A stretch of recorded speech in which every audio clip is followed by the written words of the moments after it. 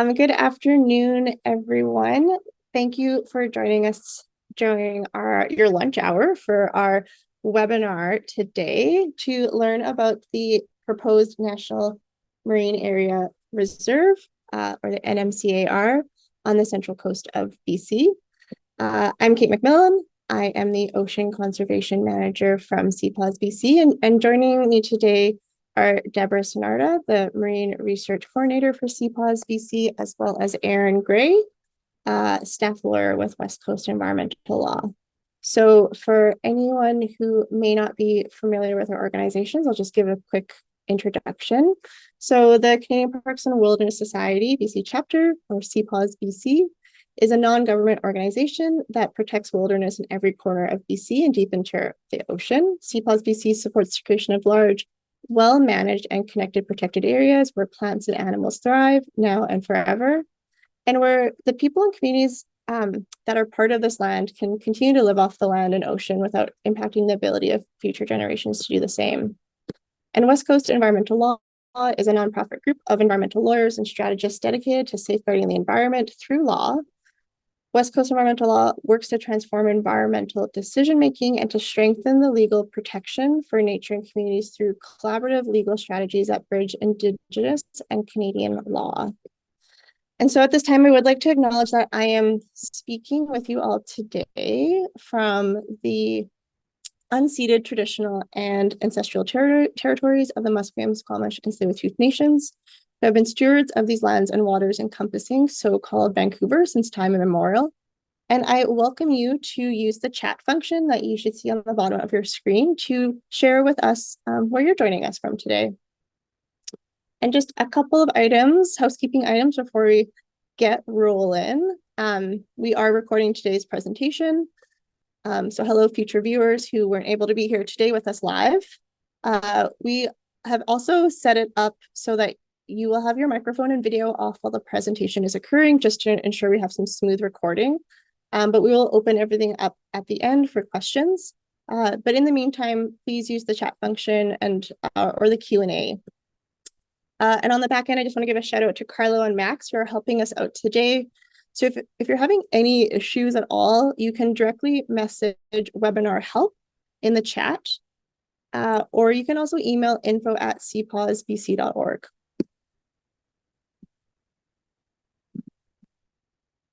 Okay, so I want to just orientate us to the part of the ocean that we are going to be talking about today. So here in that sort of lighter blue polygon shape on that map is an area called the Great Bear Sea, also known as the Northern Shelf Fire Region.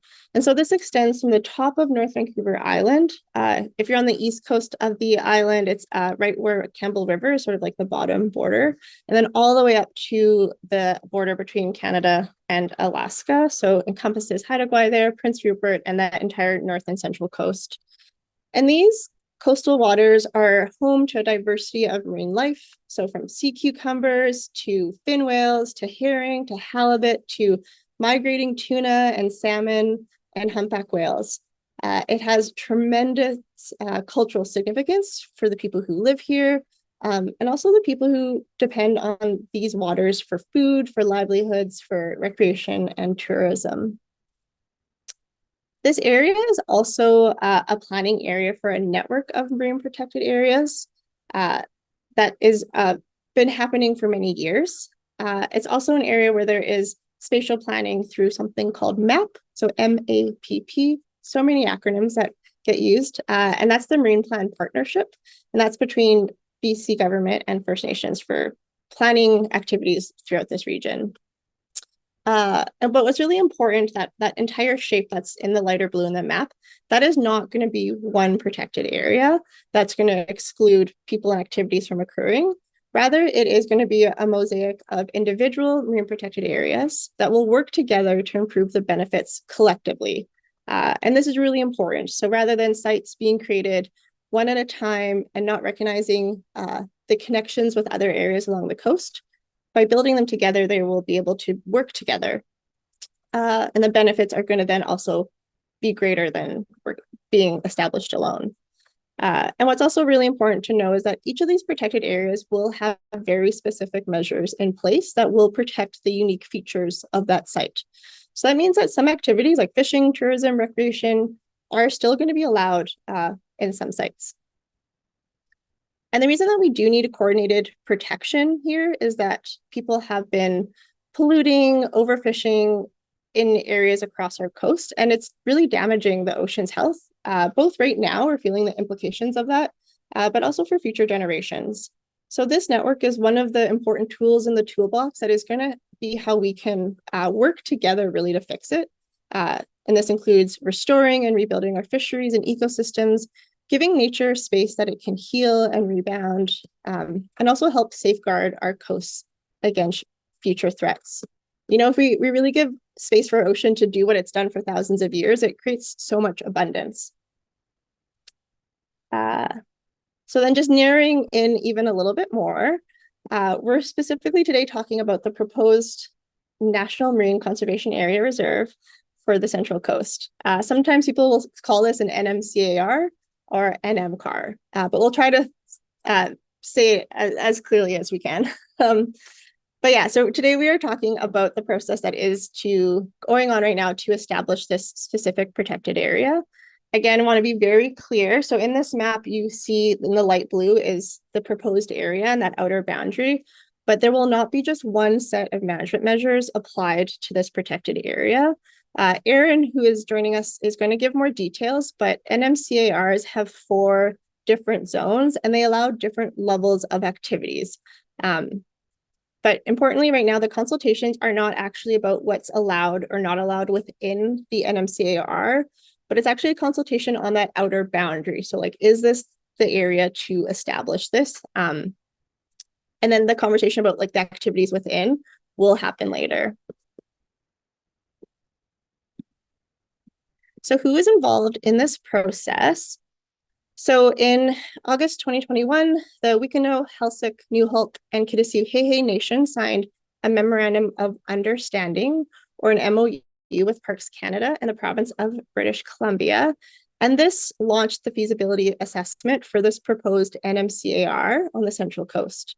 And then in the fall of 2023, following a request from the Gitga'at and Kitkatla nations to include parts of their territories in this NMCAR. So that boundary actually extended a little further north. And yeah, right now the NMCAR is open for public consultations on that outer boundary. It opened up January 15th and closes March 15th, so just in next week. I'm now going to pass this off to Erin, who's going to speak to more about what an NMCAR is exactly and more about where we are in the process. Thanks, Kate. So yeah, I'm Erin. I'm a staff lawyer with West Coast Environmental Law, and I'm speaking to you today from the territory of the WSÁNEĆ people in Victoria. So to set the stage, I want to explain that there are multiple tools under multiple federal laws under which the federal government can establish marine protected areas, and that doesn't include the provincial laws or, of course, the designations under Indigenous peoples' own laws. Today, we're going to focus on the Canada National Marine Conservation Areas Act, or the Canada NMCA Act, which can be used to establish NMCAs and, as Kate mentioned, NMCARs, or NMCA reserves. The act was passed in 2002 and is administered by Parks Canada. So you're probably wondering, what is the difference between an NMCA and an NMCA reserve? And they are essentially the same, other than an NMCA reserve is subject to a claim of Aboriginal rights, which have been accepted for negotiation by the federal government. So I'll use those terms interchangeably when referring to site designations. So the purpose of NMCAs per the Act is to protect and conserve representative marine areas for the benefit, education, and enjoyment of the people of Canada and the world. So that's the language directly from the Act.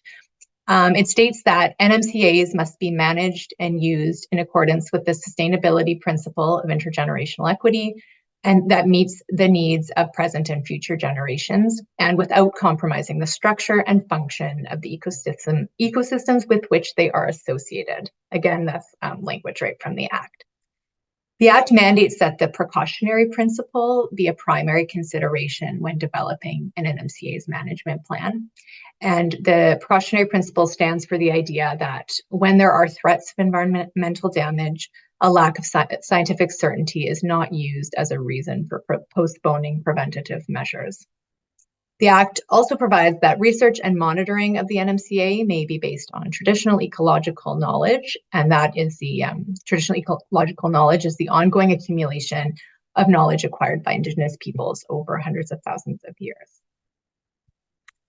So this is where the zoning comes in. So NMCAs have a dual mandate of protection and sustainable use. So as Kate mentioned, each NMCA is to be divided into zones, which must include at least one zone that provides for sustainable use of marine resources. And so that would be zones 3 and 4 in this table. And at least one zone that fully protects special features or sensitive elements of ecosystems. So that would be zones 1 and 2 in this table. And may include other types of zones. So this table is from a Parks Canada handout. So sustainable use zones could include things like certain types of commercial fishing, recreational fishing, tourism, and other types of ocean recreation. But that would be all laid out in the management plan for a specific site, and that will come in a future phase of this particular site. So the federal government committed in 2019 not to allow specific harmful human activities in all new federal MPAs, which would include NMCAs.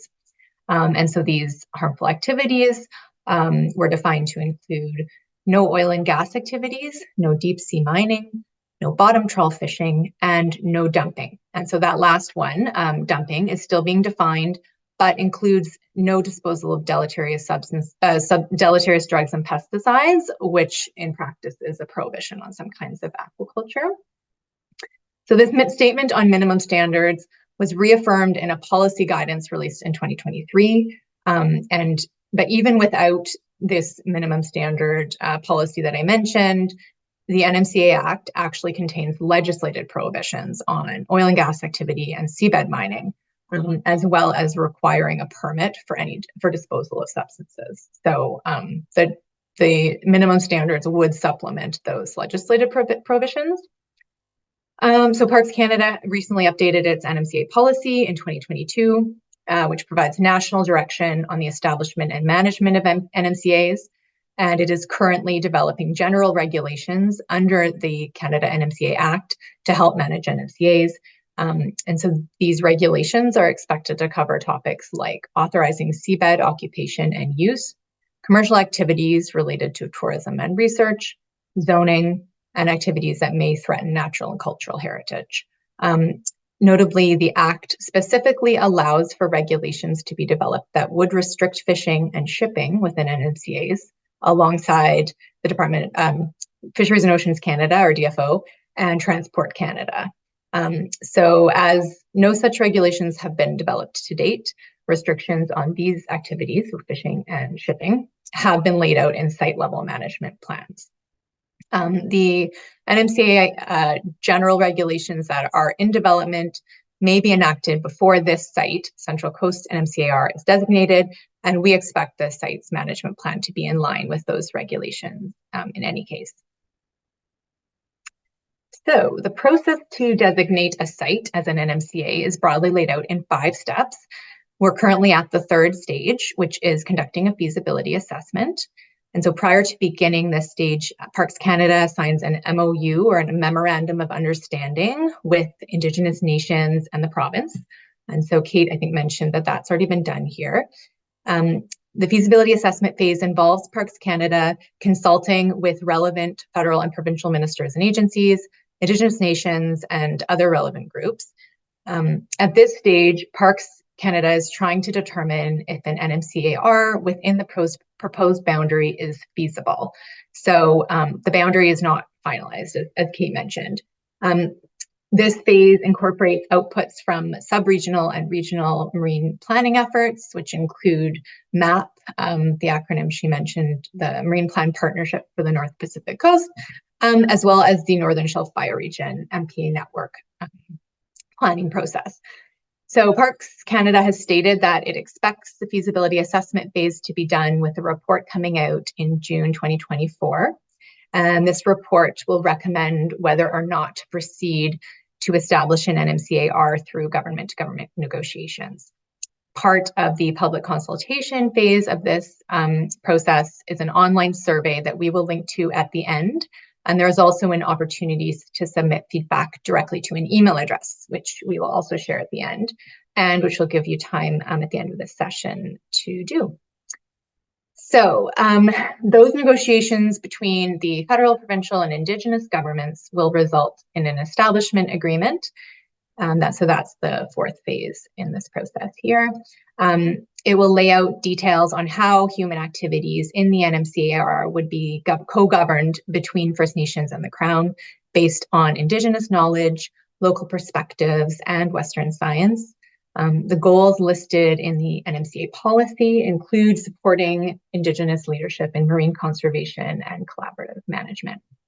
So finally, the last phase is the regulatory process, and that involves Cabinet presenting the proposed area to the House of Commons and the Senate with a report that includes information on any organizations consulted, an assessment of the mineral and energy resources in the area, and an interim management plan for the NMCA. So the final management plan isn't actually due until 5 years after establishment. So at the end of the regulatory process, one of the schedules to the Act is amended to list the area, and then it is officially designated in law.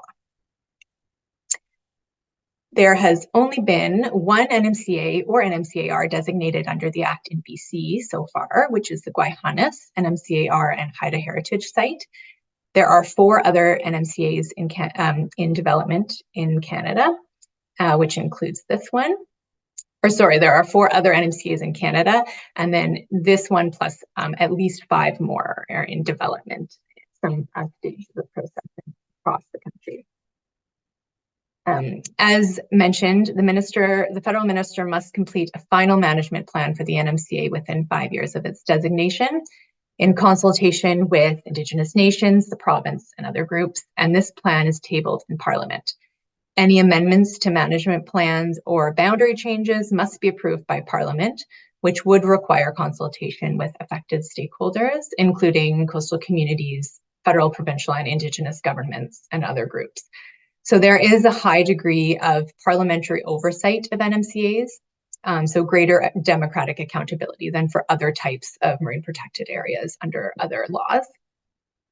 And lastly, the Act also requires the minister to establish an area advisory committee for each NMCA, whose purpose is to advise the minister on the formulation, review, and implementation of the management plan. The advisory committee doesn't have decision-making authority, but rather provides advice to government partners on developing and implementing the management plan. So I also want to take a moment to discuss co-governance between Indigenous nations and Crown governments, as that is a feature of the Central Coast NMCAR and the whole Great Bear Sea MPA network, of which this site is a part. The network will actually be the largest Indigenous-led MPA network in the world once it has been implemented. So Indigenous peoples have been governing marine territories using their own legal traditions since time immemorial. These legal orders were deeply impacted by colonialism through residential schools, land dispossession, and the explicit banning of the practice of Indigenous law. Many nations have been revitalizing their legal orders, and governing protected areas is one of the ways in which Indigenous nations can assert their own laws and exercise their inherent governance rights. Shared governance has no single definition, but West Coast environmental law has described it previously as a nation-to-nation, Inuit to Crown relationship of at least equal power sharing between Indigenous and Canadian governments, ideally grounded in both Canadian and Indigenous law. This is the goal which nations are working towards. You may see related similar terms around, which can include joint or shared decision-making, collaborative governance, and co-management. One model of successful co-governance is actually in BC's only other existing NMCAR, which is the Guayhanas NMCAR and Haida Heritage Site, which is pictured here. The Council of the Haida Nation in Canada signed the Guayhanas Agreement in 1993, which established the Archipelago Management Board and laid out how the NMCAR would be managed. And despite both the Haida and Canada asserting sovereignty, title, and ownership over the area, the agreement does not resolve the underlying dispute, and rather the parties agree to set aside their differences on underlying jurisdiction and instead focus on constructively and cooperatively managing the area for its care and protection. The management board recognizes and upholds Haida law and allows for healthy interaction between Canadian and Haida law. So I'll pass to Deborah. Thanks, Erin, for that deep dive into NMCARs and also walking us through the steps in designation. For folks who might have joined a little bit later and maybe missed the introduction, hello, my name is Deborah Sinarda. I'm the Marine Research Coordinator with CPAWS-BC, and I'm joining today from the traditional unceded territories of Musqueam, Squamish, and Tsleil-Waututh Nations here in Vancouver. So earlier in the webinar, Kate shared just a little bit of a snippet of the biodiversity that we can find within the Great Bear Sea. But now we want to zoom in a little bit closer into two specific areas nested within the Central Coast and explore the biodiversity that makes this place so unique, as well as learn how an NMCAR can help support this network of life across the region. So the first area that we'll visit is a group of islands around Bella Bella, stretching from around Hunter Island all the way up to Price Island. And you can see this area zoomed in on the map here, along with the traditional First Nation territories, which this region overlaps with. And lining this collection of islands are areas that rank uniquely high in areas such as marine biodiversity, as well as habitat complexity. You can see on the map that this area is just covered with hotspots of nearshore habitat richness. And you can see those hotspots illustrated by that green raster on the map. And under this raster is a mosaic of beautiful exposed shorelines, rocky reefs, estuaries, and beautiful shelf mounds. And two notable habitat features that we'll look a bit closely into that contribute to these hotspots are kelp and eelgrass. So similar to that hotspot map that you just saw, this map illustrates that this region supports such a high abundance and widespread distribution of these two critical habitats. Nearshore habitats like kelp and eelgrass support high species richness and are home to species such as Pacific sandlance, rockfish, clams, boot sponge, and northern abalone. Now, not only are these habitats and species ecologically important, they also carry really deep cultural significance. For instance, northern abalone have always been a key component in the culture, diet, and economy of many Central Coast First Nations. However, their population experienced quite a steep decline around the 1970s, and the loss of this central resource has greatly impacted communities who have harvested or have those really strong cultural or spiritual ties with the species. So as we can see, these rich habitats support a wide array of marine species, which support communities. So they're all connected together. Now, how can an NMCR support an area like this? Like Erin mentioned earlier, the zones of an NMCR will have very specific management measures in place that are ultimately dependent on the goals of the area. So these measures can be set to protect priority species like abalone or critical habitats like kelp and eelgrass. All of this along with upholding and preserving those deep cultural values that are uniquely tied to the area. And with specific conservation goals, an NMCR can put in place really concentrated efforts that support the health and resilience of ecosystems. So biodiversity hotspots like what we looked at earlier can continue to thrive, as well as supporting community well-being. The well-being of nations as well as coastal communities are strongly linked to the health of the marine environment. So by conserving these culturally important species and providing communities with the opportunity to harvest resources like abalone again, we can really be achieving a holistic set of ecological as well as cultural goals. Now, the next place that we're going to visit is an area around Calvert Island Rivers Inlet, which you can see zoomed in on these two maps here. This is a region home to biodiverse species assemblages, really unique geomorphology, and a multitude of important cultural sites. Now, the Central Coast economy has always been deeply tied to the ocean, and this area specifically has sustained traditional fisheries as well as continues to support commercial fishing to this day. One really unique feature in this area are these two identified fish diversity hotspots, which are pictured in that teal green polygon on the map. And these hotspots are rich in species like rockfish, halibut, sole, herring, and Pacific cod. Fish diversity, biomass, and richness all really help to create a healthy marine environment, which is really at the fundamental core of supporting these communities alongside marine sectors like recreation, tourism, and research. Now, within these hotspots is one specific species that we particularly want to highlight, which is ulukan.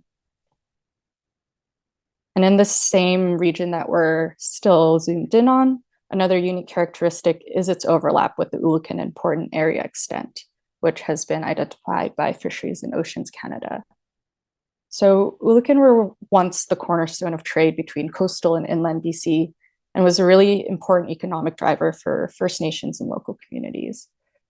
Now, historically, ulukan populations were abundant across the region, but in the 1990s, there was a drastic population decline in the Central Coast, and this was largely due to bycatch from shrimp trawling activity.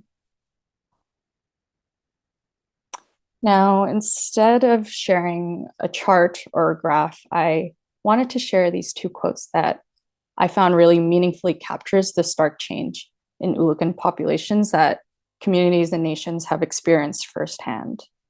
So the quotes read, "There are some years ulukan were so plentiful that you can just go down and handfish them off the side of the riverbank. Just walk down and grab them and put them in your bucket." Our elders say it's like we're lost in the springtime. People were usually happy in the spring and looked forward to the harvest. Now we watch and wait for the fish to return and nothing happens. Many of our youth don't even know what ulukan looks like anymore. So this population decline of ulukan alongside many other culturally and economically important species has such a ripple down effect into people's way of life, impacting their relationship with food, harvesting practices, alongside having adverse impacts on related marine industries, including the downturns experienced in fishing sectors. So within NMCAR, holistic management with First Nations can really help to achieve that dual mandate of protection and sustainable use. By managing activities that minimize detrimental impacts on marine ecosystems, that's truly a benefit to all. Conserving species like ulukan help support food security and sovereignty, can contribute to the viability of marine sectors that ultimately rely on healthy fish populations, as well as allow communities to continue to sustainably harvest critical resources for future generations. So we hope that by sharing some of these examples and stories, you can see bit of the promise that an NMCR can hold for the Central Coast region. I'm going to pass it back to Kate now, who will share some ways that you guys can take action and also show your support for this proposed protected area.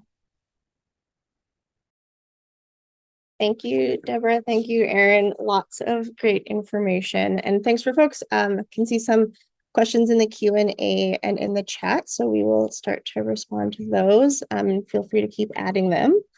But yeah, we really hope that this webinar is helping you to understand what is happening right now on the Central Coast, what this protected area, like what the process is, where we are at with it, and also why this region is really important. And I feel like we just gave a taste of that. There's definitely a lot more that could be captured and if we had more time with you.